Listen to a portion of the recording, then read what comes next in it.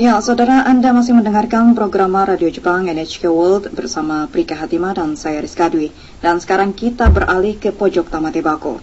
Saudara, Pojok Tamatebako kita kali ini akan memperkenalkan Anda pada sebuah kelompok kesenian Indonesia yang mempromosikan alat musik tradisional Sunda bernama karinding kepada masyarakat Jepang.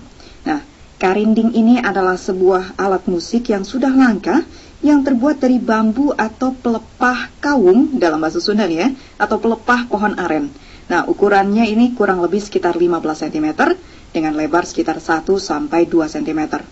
Cara memainkannya yaitu dengan meletakkan benda ini di antara bibir, lalu bagian ujungnya ditepuk atau dipukul-pukul dengan jari hingga menghasilkan suara yang khas. Ya, saudara, kelompok yang belum lama dibentuk ini beberapa hari lalu melakukan pentas di daerah Yokohama.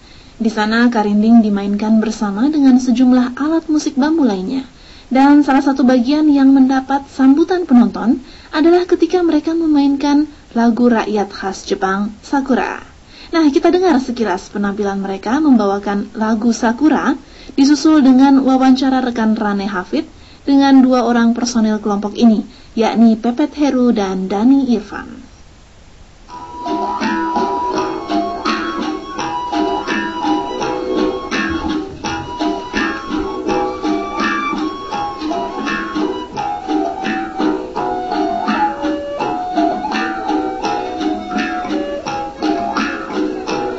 Pendengar sekalian dimanapun Anda berada, saat ini kita sedang bersama rekan-rekan beberapa orang Indonesia yang ikut mempopulerkan sebuah alat musik yang belum banyak atau sudah tidak banyak yang mengetahui alat musik ini, yaitu yang namanya karinding. Dan sampai ada yang memperkenalkannya kemudian di Jepang adalah sesuatu yang menarik, karena di Indonesia sendiri juga sudah jarang sekali. Dan saya dengar-dengar baru beberapa bulan terakhir ini kelompok ini didirikan, dan langsung saja kita akan ngobrol dengan 2 di antara mereka. Mungkin pertama saya ngobrol dengan bisa dibilang pemimpinnya lah ya, Kang Pepet saya panggil. Kumaha damang genki desu ka? Alhamdulillah genki desu. Bisa cerita dulu nggak tentang kelompok ini? Grupnya sendiri itu KOKAR, singkatan dari komunitas karinding. Didasarkan kepada kepedulian kami terhadap kesenian kebudayaan Sunda, khususnya karinding dalam hal ini, yaitu suatu alat musik yang berasal dari Tasikmalaya yang hampir punah, yaitu sebuah alat musik yang cukup tua yang konon sebagai alat yang telah digunakan karuhun atau orang tua sejak zaman sebelum ditemukannya kecapi. Berarti alat ini lebih dulu keberadaannya daripada kecapi. Personilnya ini rata-rata mahasiswa atau pekerja atau? Kami sendiri itu dari berbagai profesi. Dalam hal ini saya sendiri kebetulan bekerja di KBRI Tokyo, Kang Dani juga di KBRI Tokyo. Banyak rekan-rekan saya juga yang kebetulan sedang ngambil student di sini, ngambil program S2, bahkan anggota kami juga ada yang sudah S3. Ya. Hebat S3. Oke, ini agak aneh sebenarnya buat saya karena memperkenalkan sebuah budaya Indonesia yang langka, tapi kita perkenalkannya jauh-jauh dari Jepang. Ini dia globalisasi namanya. Ini kemudian kita ngobrol dengan Pak Dani. Pak Dani ini bisa dibilang juga salah seorang aktivis seni Sunda di Jepang. Ini kalau ada event-event sering kelihatan lah dengan capingnya dan sulingnya gitu. Tapi kemudian Pak Dani bisa cerita sedikit nggak tentang karinding? Banyak mungkin pendengar kita di Indonesia yang mungkin sudah tidak tahu lagi apa itu karinding. Kalau dibilang alat musik dari Jawa Barat, orang mah ingetnya kecapi, suling. Sebenarnya alat seperti ini memang tidak hanya terdapat di Tasikmalaya ya. Mungkin orang Sumedang juga mengakui ini ada gitu kan. Purwakarta mungkin ada. Dan saya lihat di Bali juga alat seperti ini ada, namanya genggong kalau nggak salah.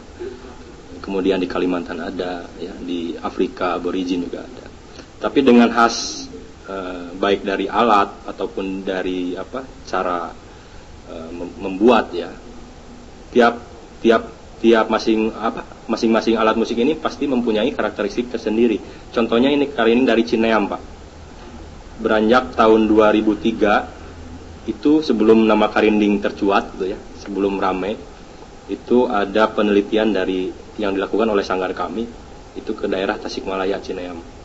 Dan kebetulan kami langsung datang ke sesepuhnya Nah di saat itu pemiliknya berpesan kepada kami, mudah-mudahan suatu saat alat ini bisa dikenal kembali gitu kan, atau bisa besar di luar negeri. Dia mengatakan ini Jepang loh Pak, karena mungkin dia tahunya dulu zaman Jepang mungkin ya, kalau bisa sampai ke Jepang katanya. Nah sejak dari sana saya bawa Pak satu ini Pak, ini warisan dan sekarang sudah meninggal Pak. Tokohnya itu almarhum Bapak Karna. Dan setiap pameran di Tokyo atau di mana-mana saya selalu menyertakan Pak ini. Begitu orang Jepang sangat menghargai, itu dilapis dengan kaca yang luas sekali. Kemudian kita bertemu kawan-kawan yang mungkin sehobi, yang mungkin satu hati untuk menggerakkan kembali. Ya terbentuklah komunitas ini. Sebenarnya Kokar tidak hanya di Jepang, kita hanya cabangnya. Di Indonesia banyak sekali Pak, ada Kokar Tasik mungkin ya, Kokar Sumedang. Cuman kita cabangnya di sini. Oke, untuk memberikan gambaran kepada Anda, coba kita dengarkan. Ini Pak Dhani akan mencoba memainkan untuk Anda.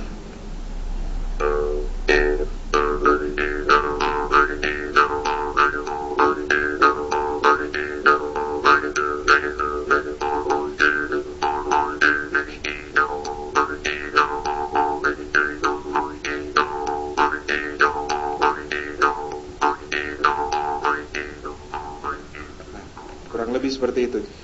Dan yang menarik juga karena beliau juga membuat sebuah aplikasi di iPhone untuk alat musik karinding, dan itu free, jadi bisa di-download. Coba kita dengarkan bedanya memainkan karinding seperti yang dimainkan seperti apa adanya tadi oleh Pak Dhani, dan sekarang memainkan dengan menggunakan iPhone.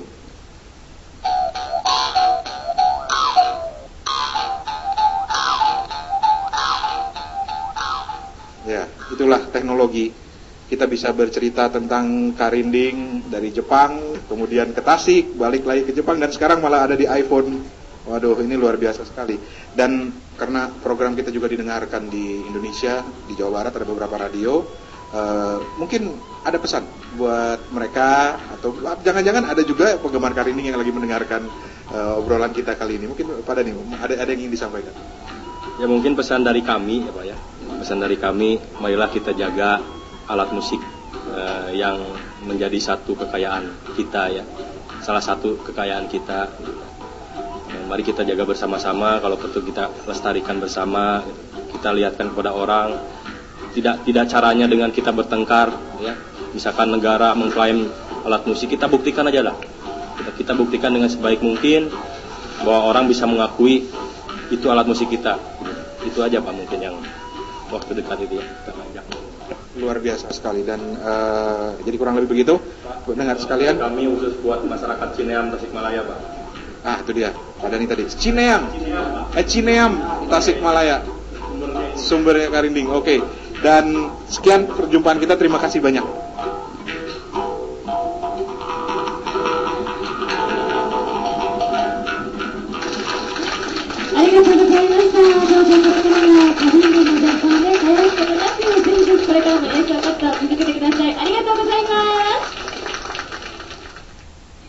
Ya, begitulah perkenalan kita dengan Kokar atau komunitas karinding Jepang yang berusaha mempromosikan alat musik karinding yang sudah langka ini kepada masyarakat Jepang. Nah, sukses ya untuk para personil Kokar Jepang. Dan saudara, sekian pojok Tamatebako kita kali ini. Ya, saudara,